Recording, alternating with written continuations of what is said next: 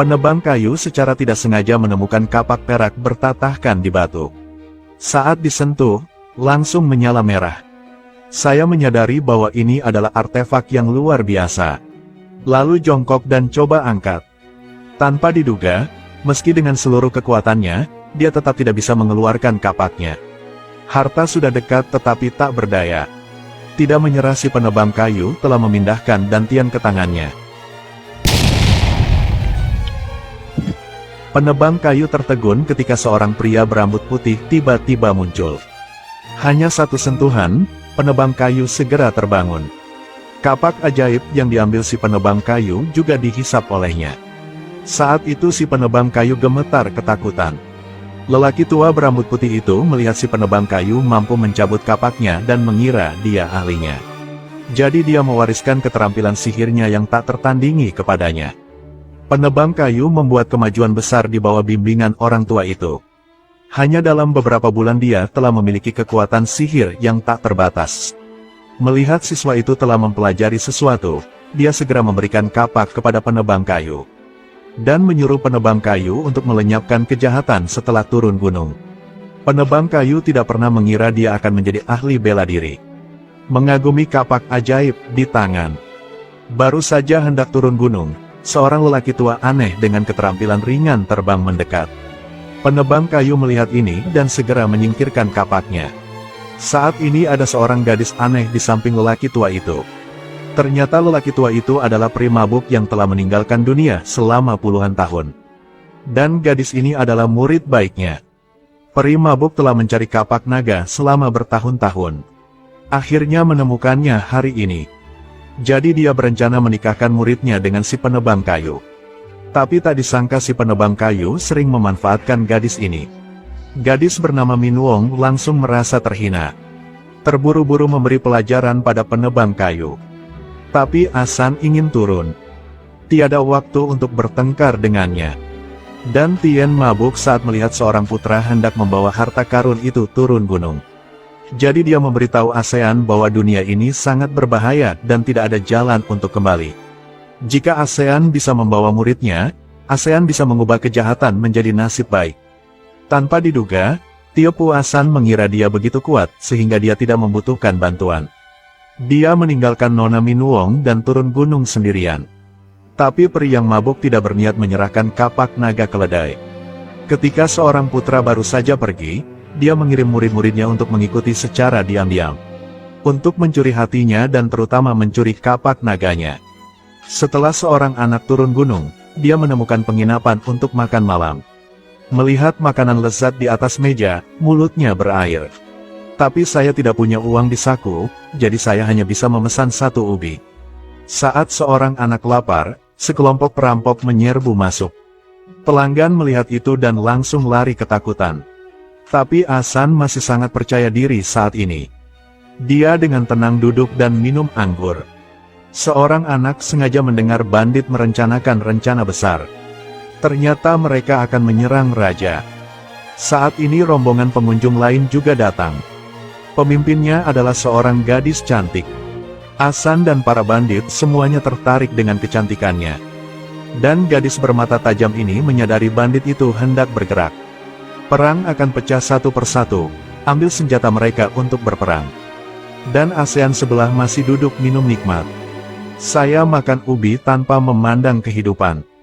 Ngomong-ngomong, seorang anak juga menyodok ayam panggang di meja sebelah dan menggerogotinya. Andalkan ketangkasan untuk menghindari bandit dengan mudah. Pria botak itu tidak tahan lagi. Dia menendang meja dan menghitung pelajaran untuk Asan. Alhasil, ia tertusuk ceker ayam di tangan Asan. Segera Asan terbang ke langit dan menginjak meja. Langsung ketuk perlahan cangkir kacangnya. Bandit itu tidak sempat bereaksi karena terkejut dengan serangan satu jari ASEAN. Dia malu dan marah, mengayunkan pisau besar untuk memukul Asan. Akibatnya, dia dihajar oleh Asan. Pisau besar itu juga entah kenapa terbang ke tangannya. Para bandit yang ketakutan hanya bisa mengangkat tangan tanda menyerah. Tak disangka diusir dari rumah oleh Asan. Tapi si botak tetap tidak mau diabaikan untuk ASEAN. Akhirnya, dia mempermalukan dirinya sendiri dan ditunggangi oleh Asan. Dan gadis di sini terpojok oleh bandit. Pada saat genting, Hasan akhirnya mengeluarkan kapak naga di tangannya. Dalam sekejap para perampok itu berkeringat dingin. Gadis itu mengambil kesempatan untuk meninggalkan penginapan bersama teman-temannya. Lalu naik kuda dan lari. Sekarang hanya tersisa Hasan. Perampok itu terkesima dengan kapak naga di tangan Hasan. Dia berdiri tercengang dan tidak berani bergerak. Karena dia takut dipenggal. Tetapi Hasan tidak ingin mengacaukan hartanya. Seorang anak baru saja mendorongnya keluar dari toko. Si junior masih ingin membalaskan dendam saudaranya. Seorang anak dengan cepat melepaskan serangkaian pukulan monyet yang melukainya dengan parah.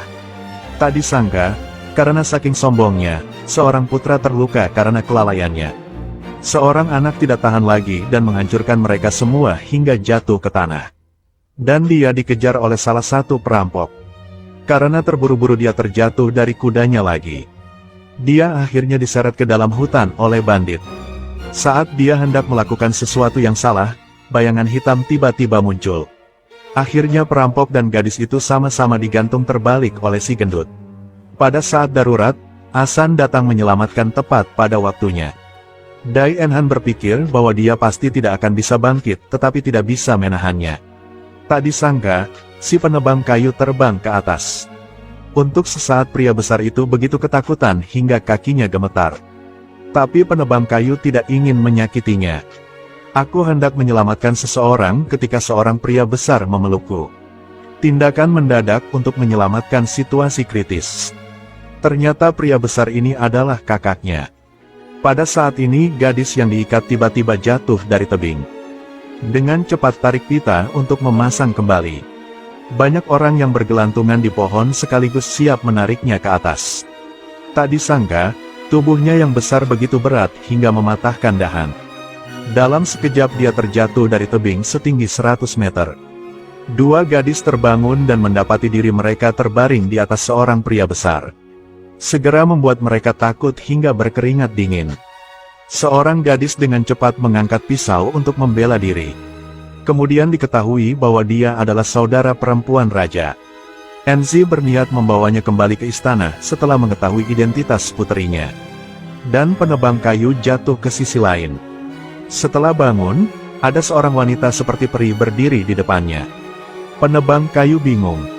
Melihat lurus ke arah Dewi. Kemudian sang Dewi memberitahunya sebuah rahasia. Menunjukkan akhir-akhir ini ada kekuatan gelap yang berusaha melahap manusia. Hanya penebang kayu yang bisa menyelamatkan dunia. Setelah mengatakan itu, berubah menjadi peri terbang. Enzi tiba-tiba ditemukan di sini ketika dia hendak mengejar. Kemarahan di matanya dipenuhi dengan kemarahan. Kupikir Enzi lah yang menakuti dewinya. Saya baru saja akan memulai ketika sang putri juga berlari. Saat zat asing langsung meredakan amarah penebang kayu. Langsung mengubah wajah untuk melindunginya seumur hidup. Kemudian beberapa orang naik ke puncak tebing. Putri juga mengembangkan perasaan terhadap petinju ini. Dua orang duduk di rumput dan berbicara tentang cinta. Melihat wajah menawan ini, si penebang kayu mau tidak mau meluruskan cakarnya. Pastikan sang putri tidak menolak. Dia mengaitkan mulutnya lagi. Putri yang tersipu juga perlahan menutup matanya. Pada saat genting, orang besar itu tiba-tiba berlari keluar untuk menimbulkan masalah. Dia bilang pangeran diambil oleh bandit. Penebang kayu hanya bisa menyerah menunjukkan cintanya dan berdiri untuk menyelamatkan orang. Saat mereka mencapai gua, mereka melihat sang pangeran ditangkap oleh bandit sebagai hatinya. Pria besar itu menerjang ke depan dan meninjunya hingga jatuh ke tanah. Pada saat itu sang pangeran tiba-tiba menjadi gila. Panggil semuanya ibu. Penebang kayu juga mulai berkata omong kosong. Ada bau busuk di udara. Tetapi kedua gadis itu tidak tertipu oleh dewa jahat. Enzi cepat bangunkan orang-orang ini. Saat si penebang kayu terbangun, ia langsung mengeluarkan kapak naganya dan meledakkannya. Gelombang suara yang kuat dengan cepat mengungkapkan Dewi di atas batu. Kedua belah pihak segera melancarkan perang monster. Sang Dewi tidak dapat mengalahkannya dan mulai berubah menjadi awan energi iblis lagi. Penebang kayu menghantam tanah dengan tinjunya. Biarkan Dewi Kematian di sekitarmu menunjukkan warna aslinya. Penebang kayu memanfaatkan kemenangan dan mengejar mereka satu persatu. Dai-Dai tidak takut mati dan ingin mengambil Dewi sebagai istrinya. Ternyata jadi embun. Keesokan harinya diketahui bahwa desa tersebut telah terbakar. Semua ini adalah karya kekuatan gelap. Penebang kayu harus memimpin orang banyak untuk mencegah mereka terus berbuat jahat. Di bawah arahan bandit, saya akhirnya menemukan sarang iblis besar. Keahlian orang ini telah mencapai tingkat tak terkalahkan. Bahkan penebang kayu pun tidak bisa menandinginya. Dan sang putri juga kalah darinya secara bergantian. Ternyata iblis besar ini adalah saudara si penebang kayu. Dia dikeluarkan dari sekolah oleh gurunya karena mempunyai niat buruk. Kali ini penebang kayu turun gunung untuk menghilangkan seni bela diri yang melelahkan ini. Tapi dia tidak menyangka kemampuannya bisa dibandingkan dengan seniornya. Satu-satunya naga api yang dapat menahan senior juga hilang. Akhirnya dipukuli hingga hidungnya memar, wajahnya bengkak, dan ia terjatuh ke tanah. Enzi rush untuk membantu di saat genting. Hasilnya diblokir oleh perampok lain. Iblis besar mulai melepaskan ultimat yang kuat. Pada saat kritis sang putri mengorbankan nyawanya untuk menyelamatkannya. Tangan api iblis besar itu mengenai dadanya. Melihat orang yang kamu cintai jatuh di hadapanmu. Penebang kayu segera mengeluarkan potensinya. Daun di sekitarnya langsung tersedot ke udara oleh kekuatan internal yang kuat. Tanpa disangka, dia terluka parah dan terjatuh ke tanah. Pada saat genting sang dewi muncul kembali. Aura kuat langsung mengusir bandit. Enzi ambil kesempatan ini untuk menyelamatkan penebang kayu yang tidak sadarkan diri. Sayangnya sang putri meninggal dunia. Raja dirinya keluar mengantar adiknya memegang obor. Penebang kayu terluka parah oleh telapak tangan iblis yang menyala-nyala. Pria besar itu buru-buru menyembuhkan lukanya dengan telapak tangan yang diperban. Akhirnya menyelamatkan penebang kayu yang berapi-api. Setelah penebang kayu terlahir kembali dari nirwana, dia bertemu tuannya lagi. Di bawah bimbingan tuannya, dia berhasil mengungkap misteri kapak naga keledai. Pada saat ini, iblis besar telah naik tahta sendiri dan duduk di kursi yang telah dia jaga selama bertahun-tahun. Jalani kehidupan impian dengan lusinan kartu nama setiap hari. Raja biar orang yang lain ke dalam hutan. Untuk mendapatkan kembali tahta dia memutuskan untuk menyuruh bawahannya menyamar di istana. Penebang kayu dengan sukarela melakukan tugas spesialisasi yang sulit ini. Akhirnya para selir di harem berhasil diselamatkan dari istana. Raja tidak khawatir jadi dia memimpin serangan balik. Kemampuan dan orang asing di arena telah bergabung dengan tim keadilan. Master Batu Palem akhirnya bisa memamerkan keahliannya. Wanita mabuk yang tinggal bersembunyi di hutan juga mengajarkan seni bela diri kepada sampah-sampah ini. Dengan aksi tersebut mereka sangat menderita. Dan iblis besar itu juga memiliki sekelompok goblin dan goblin yang bekerja untuknya. Setelah pertarungan 3 hari 3 malam para iblis akhirnya dapat ditundukkan. Penebang kayu memimpin kerumunan ke dalam istana. Iblis besar yang duduk di kursi naga tidak menganggapnya serius. Tapi entahlah kalau penebang kayu tidak sebaik dulu. Dengan satu telapak tangan pedang terbelah menjadi 2 bagian. Ternyata kapak api naga telah menyatu dengan tubuhnya. Iblis besar menganggap apinya tak terkalahkan. Tak disangka, emas muda dipatahkan oleh kapak ajaib penebang kayu. Tidak mau kalah, iblis besar kembali menyedot palu meteor ke tangannya. Siap menghadapi si penebang kayu. Tak disangka si penebang kayu berjongkok di tanah sambil memainkan seruling. Gelombang suara kuat seketika menyebabkan 7 lubang lawan berdarah dan jatuh ke tanah. Pada detik berikutnya, tubuh iblis mulai membesar. Berubah menjadi monster gila. Kekuatan yang kuat menjatuhkan penebang kayu ke tanah lagi. Pada saat Genting Dahan dan Enzi datang membantu. 3 pemain top bersama-sama menghadapi iblis yang tidak manusiawi ini. Pada saat ini iblis udah menjadi gila. Kapak naga api di tangan tidak bisa berbuat apa-apa padanya. Penebang kayu terluka parah dan jatuh ke tanah lagi. Iblis besar mengayunkan palu meteor dan bersiap membawanya ke Tuan Hades.